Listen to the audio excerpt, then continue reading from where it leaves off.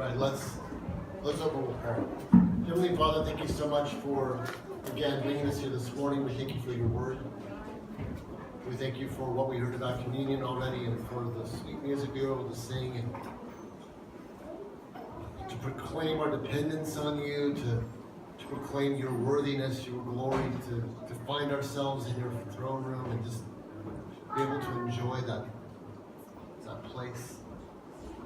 I pray, Lord, as we approach your word, that it would be real and not distant. That we would be able to understand not just the events, but what we can learn from the events in the application of how we live our lives. In Jesus' name we pray. Amen. We are in the book of Acts. For those of you who are visitors or with us for the first time, we've been in Acts for a very long time. We're towards the end. I don't normally remember to do this. If you're missing or don't have a Bible, there's a stack of them right back there. We got a whole bunch of them. Feel free to get one. We are in Acts chapter 23. Acts chapter 23. And for those of you who have not been with us, let me catch you up to where we are. We've been going through Acts for a very long time. We're towards the end. Paul has done 3 journeys through the known world, or his part of the world, the Mediterranean basin world. He started a lot of churches, a lot of people have been saved, and a lot of people have hated him. Hated him a lot. Including his own people.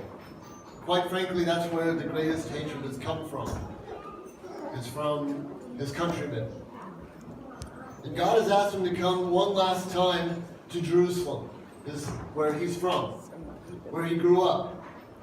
Even though he wasn't born in Jerusalem, we know that he grew up there. He's come home and it hasn't gone that great.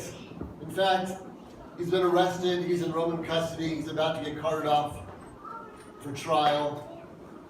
And that's where we pick up the story, is this is what's going to be happening. I'm going to be reading from Acts 23, 11 through 35.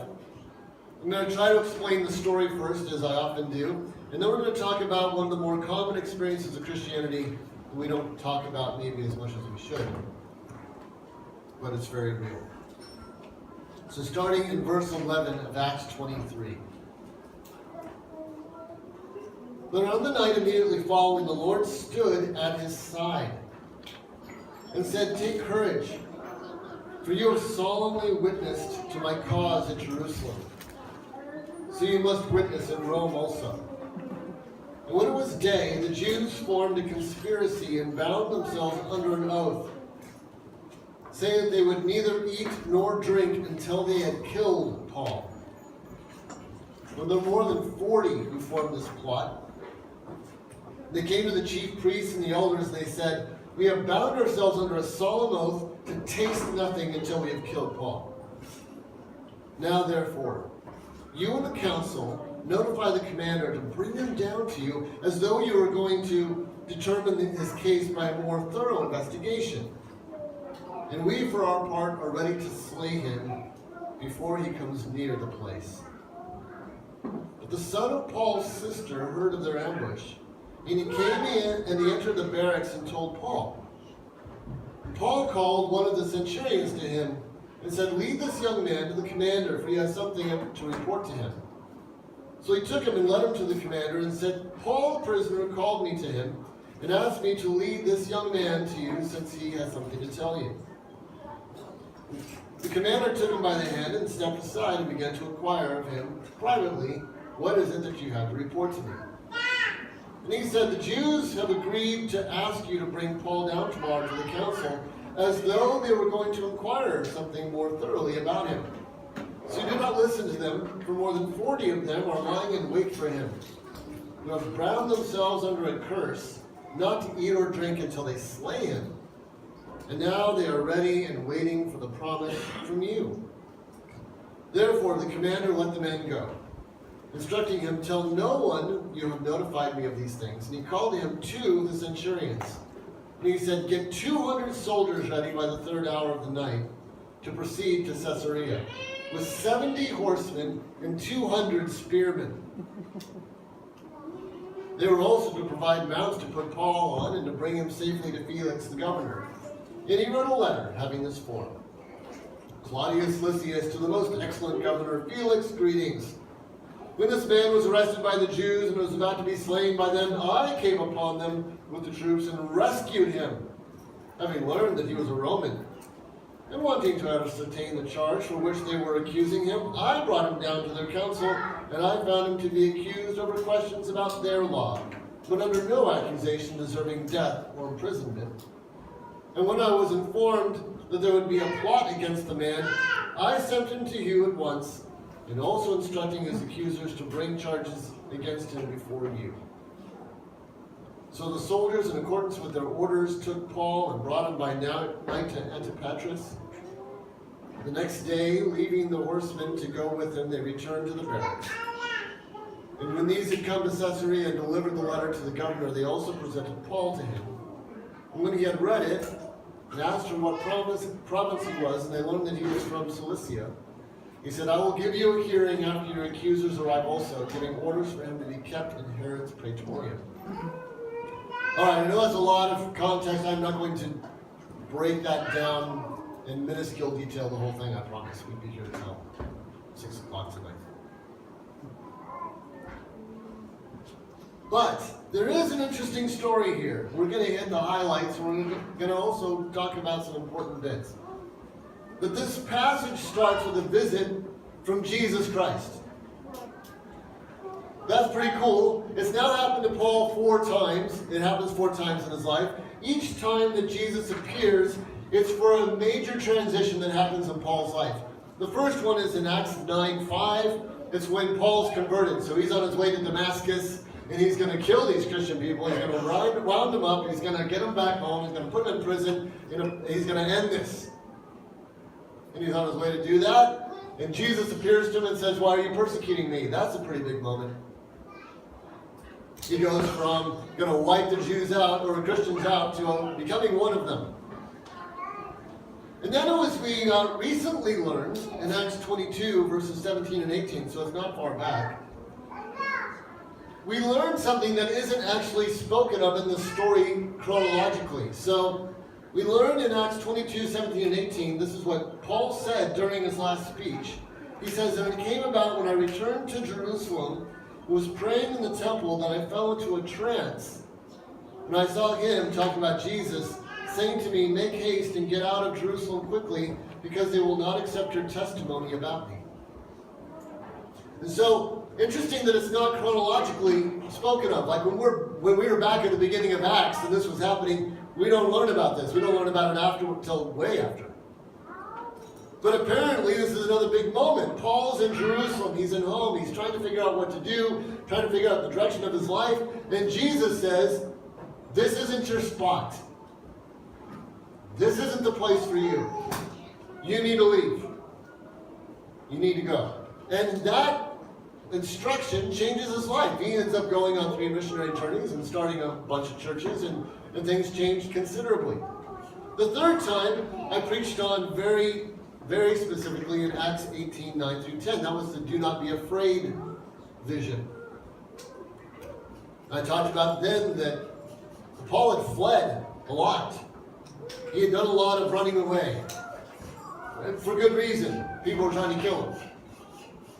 I don't think it's unusual or cowardly to run away from a mob trying to kill you. But in that vision, God said, I've got this, don't be afraid anymore. And it changed the way Paul reacted to persecution.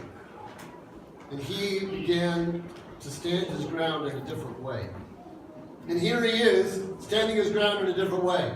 Here he is, he'd been warned by prophet after prophet after prophet. Don't go to Jerusalem. If you go, you're going to end up in chains. It's going to be bad. And he walks straight into it, eyes focused, because he knows it's what he's supposed to do. Mm-hmm. And here, he's done, he's come back, and Jesus appears to him one last time. And in verse 11, he says, take courage, for you, as you have solemnly witnessed to my cause in Jerusalem, you must witness at Rome also. Well, what witness? See, for those of you who haven't been here, you may not be familiar with the story, but Paul hasn't had a lot of success here in Jerusalem. Nobody's been saved. It's not like he hasn't had the thousands that he's accustomed to. He'd go into some town and many when people would come to Christ. Nobody. In fact, first thing that happens is he comes into town and he's attacked by his own church. And then he's attacked by his people. He tries to do two things and he doesn't manage to finish either one of them.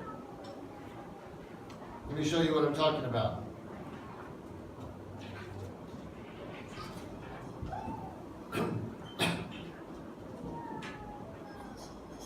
If we look at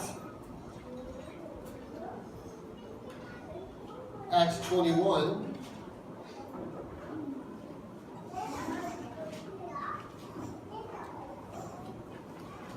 verse 26.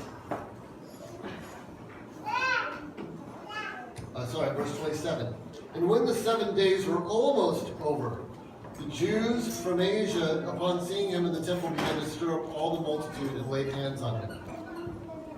Paul was in the middle of trying to do some things that would help the Jerusalem church understand where he stood with the law, and he was doing this thing with these people in the temple. He didn't get to finish it.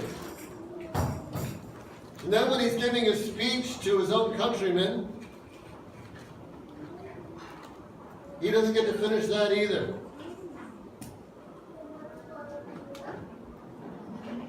Acts 22, verse 22. He was giving the speech, he was through the first part, and this is what they say. They listened to him up to this statement, and then they interrupted and raised their voices and said, "Away with such a fellow from the earth, for he should not be allowed to live." And as they were crying out and throwing dust and making a scene, he doesn't get to finish his speech.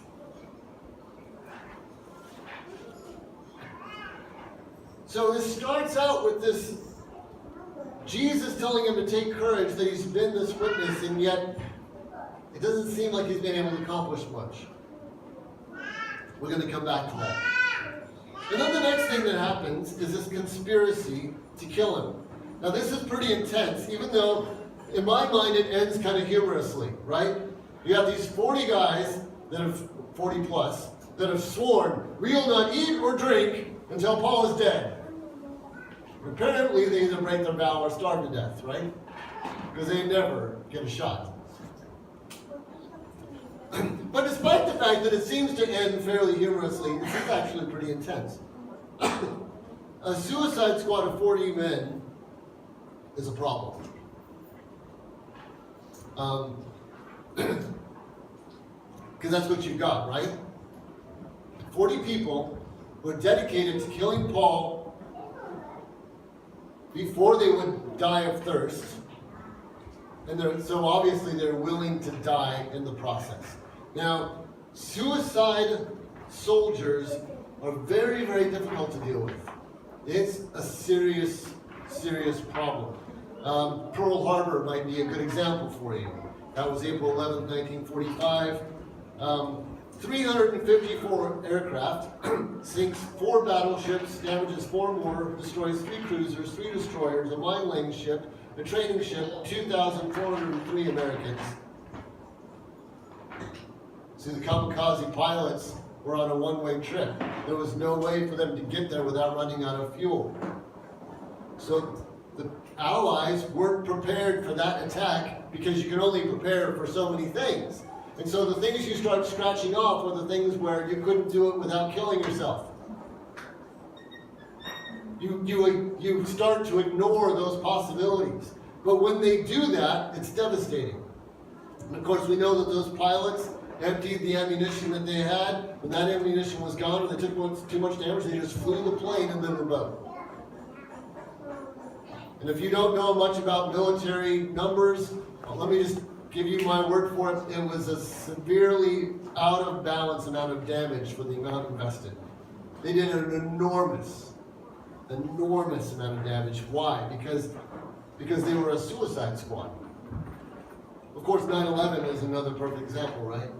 The whole world knows about what happened there. 19 suicide hijackers killed 2,996 people, injured 6,000, brought down the 2 World Trade Center towers, put a hole in the side of the Pentagon. 19 people. How did they pull that off? They were willing to die. When you're willing to die, it is very, very difficult to plan what you might do. And so as we look at the 470 troops sent with Paul, you might go, that sounds like a real exaggeration. What was the strategy? Well, first of all, speed. Paul was out of there before morning came. If you look at the thing, it says by the 3 in the morning. So there wasn't even a chance for them to react. And then if they had reacted, there were so many people that the strategy was this, that they would be intimidated from even trying. If you actually look at the story, most of them went back to the barracks.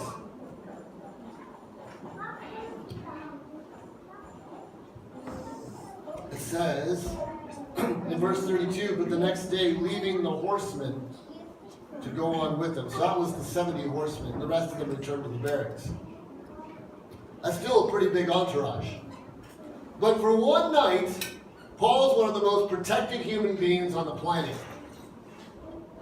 417 Roman soldiers trained for combat, walking with Paul.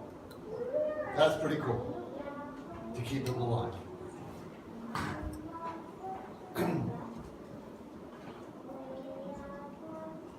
He's going to go see the Roman governor Felix. So in case your geography isn't that great, Caesarea is still in Judea. So if this was Judea here, kind of shape, and Jerusalem's in the middle, Caesarea is this way towards the coast. He's going to be going this way. They're still in Judea. Caesarea, you could probably hear that the word Caesar is in that word. It was the Roman capital for the Roman Empire for this region. Felix was the appointed governor at the time, so he was the person who had complete authority from a Roman perspective. So Paul's just gone from the Sanhedrin, which is the local authority from a Jewish perspective, and now he's going to Felix, who is the Roman authority over the same region. And that's where he's going to be next. I find Claudius's letter to be quite interesting. I think he's feeling guilty about what he did to a Roman citizen, and he's trying really hard to make himself look pretty good in this letter. So he pumps himself up pretty well. How I rescued him from being slain. It's pretty self-congratulatory in his letter. But people often are, right? Everyone in the story acts as who they are. So Paul's got this letter that looks pretty good. Looks like this guy's suggesting that he hasn't done anything worthy of being killed or even being put in prison for that matter. But he's delivering him anyway, so he can be fairly seen. And he ends up in Herod's Praetorium, waiting for his accusers, which is not an awful place. And so this story in particular is not a story of persecution, as in Paul's not getting beat up like he was in the last episode. He was beat up so badly he couldn't go up a set of stairs. He's being treated fairly well, but he's leaving Jerusalem. And I have to say that if I was Paul, here's what might be bothering me. What in the world did I have to do that for? Why did I have to go? What was the point? What happened? And this is probably the common experience, well, it is the common experience that I wanted to talk about. As Christians, how often in our lives do we feel like we are on a treadmill and we're trying to move, but we aren't getting anywhere? How often as Christians are we trying to work with our kids and we don't seem to get anywhere? How often as Christians are we trying to be kind to a coworker and it just doesn't seem to have any effect? How many times as Christians do we live in a situation where it feels like nothing is happening? It's pointless.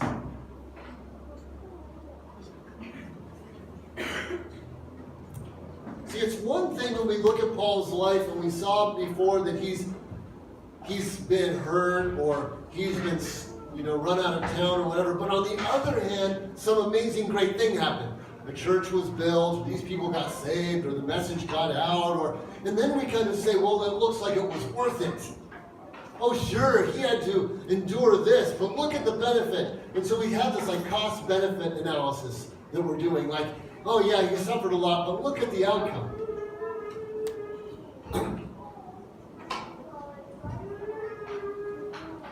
We have some verses that we use for people that are good. By their fruits you shall know them. Matthew 6 or 7:16. That's a great verse. It's a great verse. If somebody claims to be somebody that should be a leader or a teacher or whatever, and then the fruits of their life are garbage, don't listen to them. But the truth is, we have a tendency to judge events the same way. We have a tendency to judge what's happening by the outcome. That a good outcome must mean that we did what God wanted. But if there was a bad outcome or no outcome, we start to doubt, did I really do what God wanted me to do? I must not have done it right.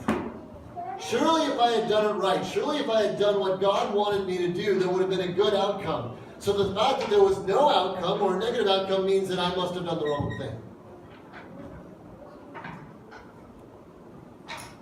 I want to categorically tell you that that isn't how it works. Is that how it works?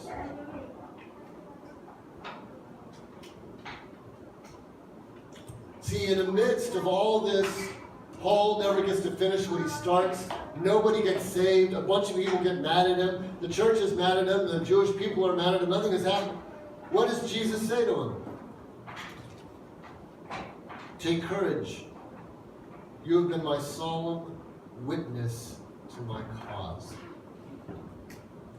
Apparently, it's important to God, or it is valuable to God, or God thinks it's right, that it is enough that he was a solemn witness, regardless of how people reacted to that witness.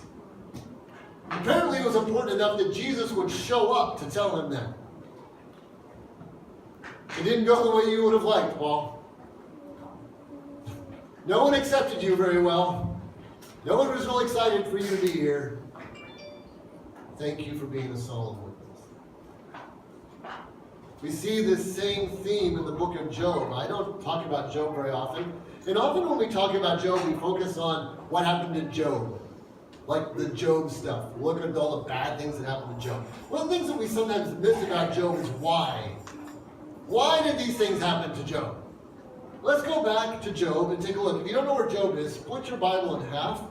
It'll probably, you'll get close. If you get to Psalms or Proverbs, go left until you get to Job. We're going to go to the beginning of the book of Job. If you don't know what Job is a book about a man who is very faithful to God. Extremely faithful. And then this weird episode happens in heaven, and then all these horrible things happen to Job. Job's trying to figure it out. But if we go to Job, we go to chapter 1, I'll just read 1 through 5. We'll find out how good of a fellow Job is.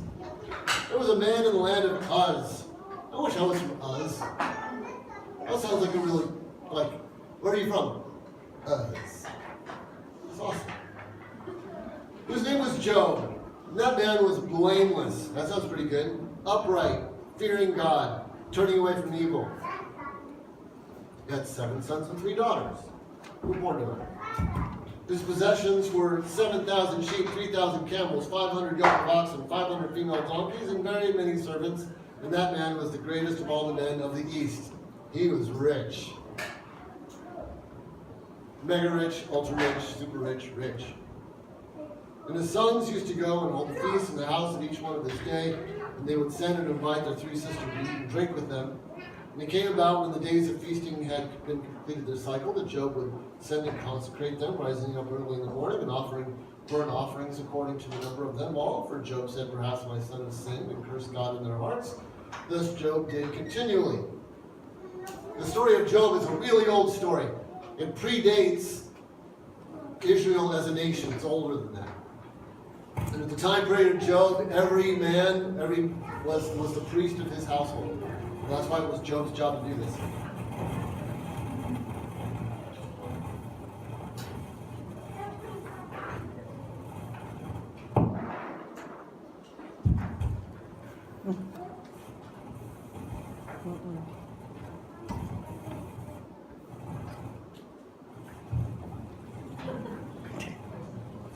All right.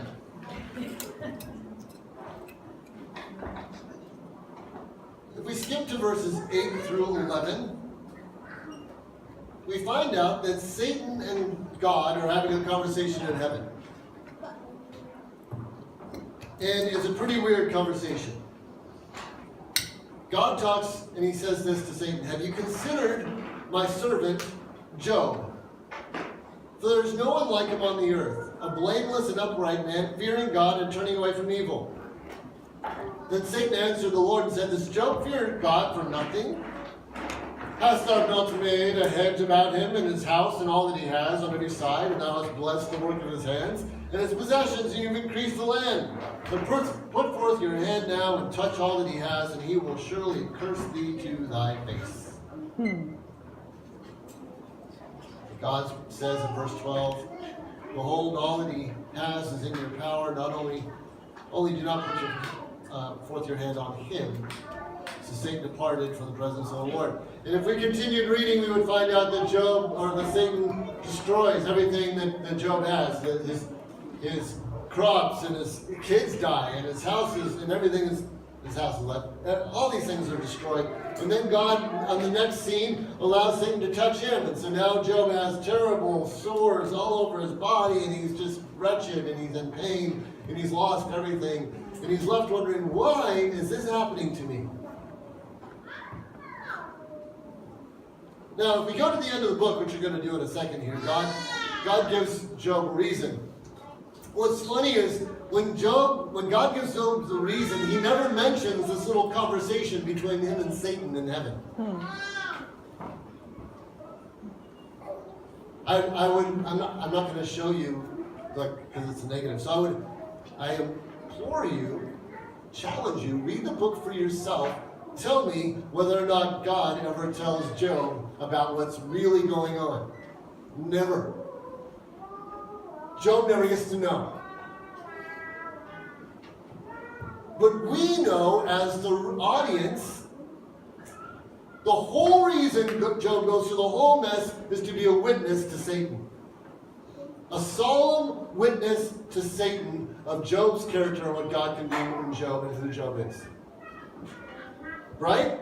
I mean, isn't that what's happening here is that God is saying, consider my servant, look down, be a witness to his life. Have you witnessed my servant Job? That's sort of the same thing as have you considered, right? Have you considered? Have you looked at? Have you examined? Have you seen my servant Job? He is a witness to me. And then Satan says these things that God said he would say. Or at least knew he would say. Sorry. Apparently, seeing as God initiated this whole thing about putting the attention on Job, it was worth it to God to do whatever happened just for the witness. Now here's the interesting part. This is Satan. Is God going to change Satan's mind? Is that what happens in the story? Satan goes, oh, I'm so wrong. I should quit being a bad angel. And I will turn over a new leaf and obey you now. No. Not at all. There's a witness to a being who is never going to change. Yet God wants to do that. God wishes to present a witness to his goodness to a being that will never change. And you say, why? And I'm saying it with you. Except, we should go to the end of the book of Job, though, if we're going to ask the question, why? We should go to the end.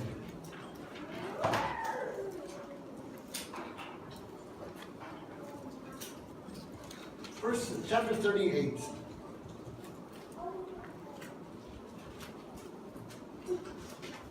Now, this is after Job's friends have all come up with the same argument. It's gone something like this. If you were doing what God wanted you to do, then God would be blessing you. So the fact that your life is a mess and everything's been destroyed, your family's killed, and this has happened must mean you didn't do it right. That's right back to what I just started about how we view events, isn't it? You see, we're still trapped in the same trap that Job's friends are trapped in if you read the book of Job. We're trapped in this idea that if I have good results, I did what God wanted, but if there's no results or bad results, it's I must have messed up. And we think that, but we're not the first people to think that. Job's friends thought that. And they spend a lot of pages, like many pages, giving their argument about how, look, Job, if you had done the right thing, you wouldn't be in this mess. This is what God says in Job chapter 38. Verse 1. Then the Lord answered Job out of the whirlwind. He said a whirlwind and a fire. Who is this that darkens counsel by words without knowledge? Now gird up your loins like a man, and I will ask you, and you instruct me. And he goes on to rattle off like 72 rhetorical questions. Were you there when I made these things? Verse 12. Have you ever commanded the morning and caused the dawn to know its place? Job, did you ever make the sun come up? You ever do that? Because I do that.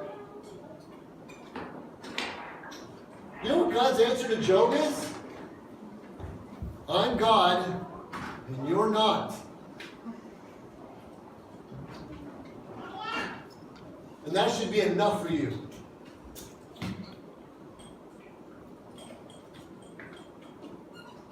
Verse 8, who enclosed the sea with doors when birthing forth it went out of its womb? When I made in cloud its garment, with thick darkness in the swaddling band. Basically, he says to Job, no man may judge what I do.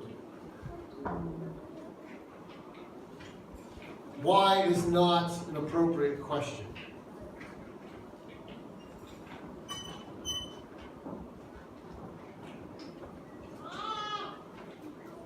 It's funny.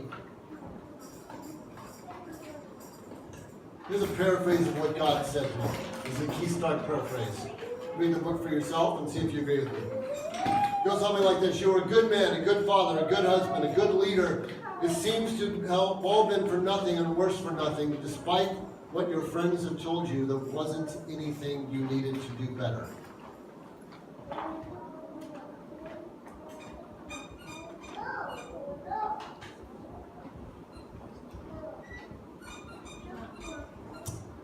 See, look at chapter 42. Who is it that gets rebuked the worst?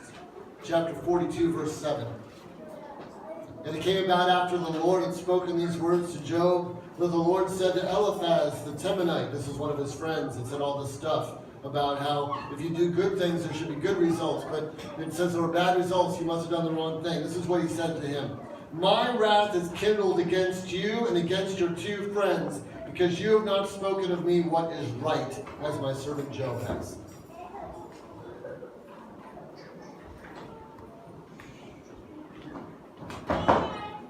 Let me, listen, we need to take something from that verse. You see, it isn't just our own lives that we judge. So our life seems to not have anything going on right now that we see the positive result. Our own life, it seems like I'm on the treadmill, and so I judge myself, but we also judge everyone else. If you were doing the right thing, this would change. Are you sure? Is that your job? We need to be careful both about blaming ourselves and others because it seems like nothing is working. Do not play the position of God and assign blame.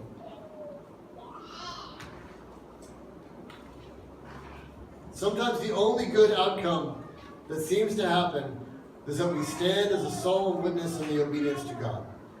That's it. We stand obedient to God and as a solemn witness of that obedience, and that is all we can see. And that's okay. That is sufficient.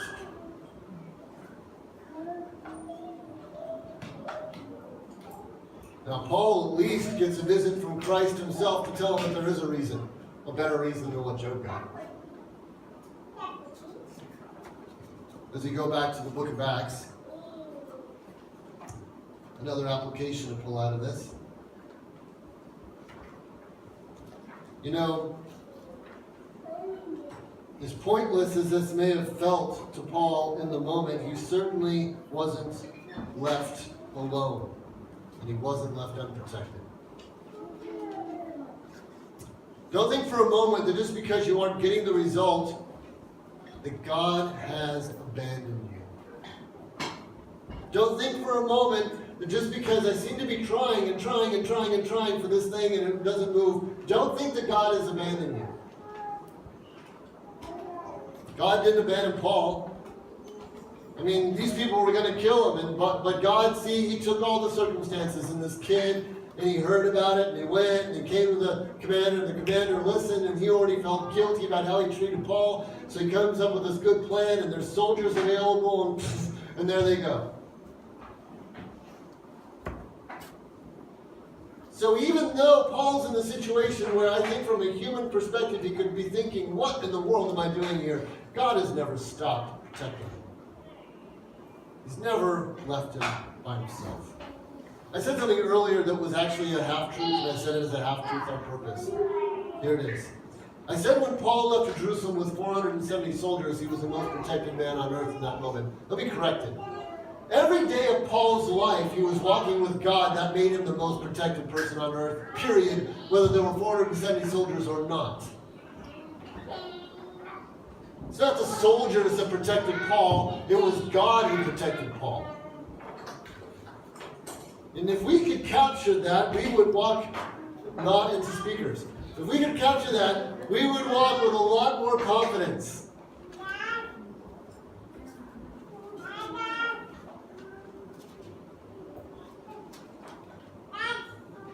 Don't let the underwhelming outcome of your obedience shake your faith. God has not abandoned you. 40 suicide killers are nothing to God.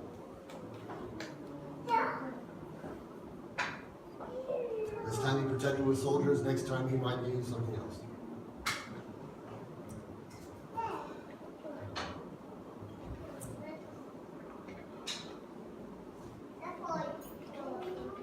Here's a scripture as we're thinking about what God does in our lives. And us looking at the outcomes and trying to decide if we're doing the right thing or the wrong thing, or how to move forward, or even just having patience with the fact that nothing seems to be moving. Nothing seems to be happening. This is a verse that you really should memorize. It's Isaiah 55, 10 and 11. It reads like this. For as the rain and snow come down from heaven, and do not return without watering the earth and making a barren sprout, and furnishing seeds to the sower and bread to the eater, so shall my word be when it goes from my mouth. It shall not return to me empty, without accomplishing what I desire, and without succeeding in the matter for which I sent it. In our narrow little perspective, it may seem like nothing is happening. Our faith has to be that the same word of God that created the universe, he spoke and light went, he spoke and the earth went, he spoke and there were just trees. That power of his word is when he speaks anything. And that's where our faith is, not in our effort, not in what we see right this second. Our faith is that when God speaks, things happen.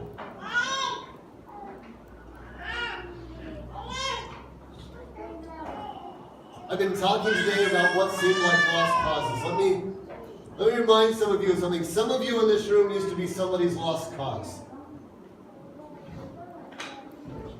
Some of you in this room at one point, somebody else was praying for you and they thought, man, that person is never going to change.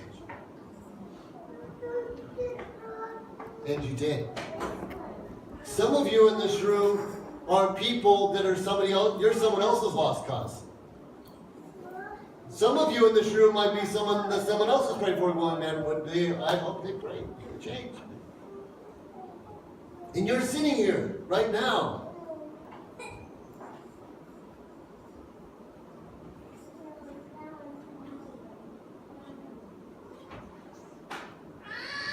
We need to be patient and remember that God sees the long view. You know, this episode of Paul's life seems pointless, but the scope of Paul's life is clearly not pointless. Obviously not pointless. How many books of the Bible did he write? How many churches did he start? How much work did he do? How many people were blessed through his ministries? There's a guy that fell out of a window and died, and because of Paul's prayer, he got back up off the ground. I think he cared and was very thankful for Paul's ministry in his life. When we look at the scope of Paul's life, it was not meaningless. This event seems, from a human perspective, meaningless. Job's life wasn't meaningless. If you look at the whole scope, he followed God, and then there was this really tough time. You know what happened at the end? God gave him back everything.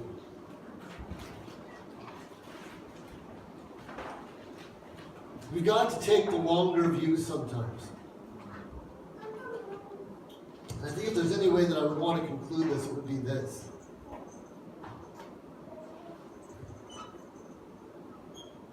Whether you're the person in this room who seems to be praying and praying and praying and praying for someone, and there just doesn't seem to be any movement, don't stop. Your job is to be a solemn witness. If there's someone in your life or a situation in your life and you feel like, man, this is never going to change, don't fault the fact that you are dedicated to honoring God in that. And don't get upset with them either. You just keep on. Keep on. As long as you feel that it's obedience, as long as you hear God telling you to do it, then you do what God's asked you to do. To the ability that you can. And for those of you in this room that maybe you're the one God's trying to speak to, it's never too late.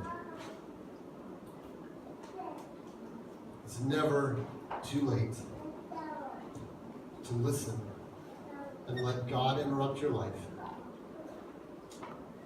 and start to change things. And if you want to know the answers to your questions about who God is and how to have a relationship with Him, I'm here, and Sam and our elders and Pete and anybody, ask so we can talk to you about what it is God wants to do in your life. Let's pray. Heavenly Father, thank you so much for the hard examples.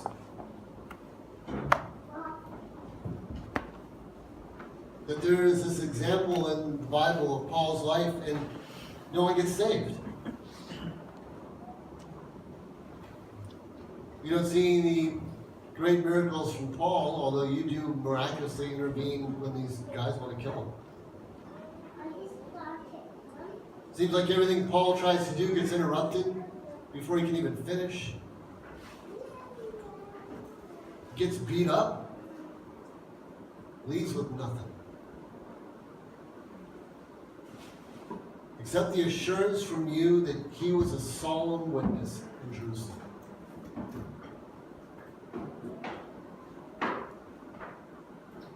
But Lord, we don't know.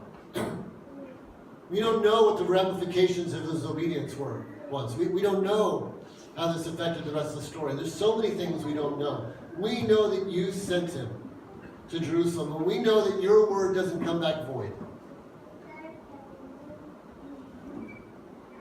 So part of me believes that no matter the fact that Paul couldn't tell, and we don't know from the word, nevertheless, you had a purpose for everything you did. Lord, there are people in this room who are praying or trying or in a situation that doesn't seem like it's ever going to change. It just seems like whenever they try, they get interrupted, and it just seems pointless. Would you give them courage? Would you remind them that you're with them?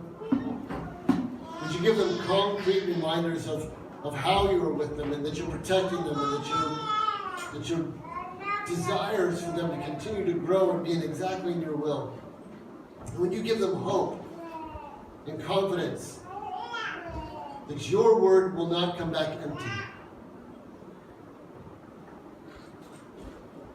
That even if we don't see the results, that you see everything.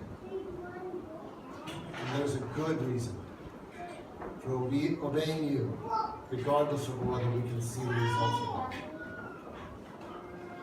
In Jesus' name we pray. Amen.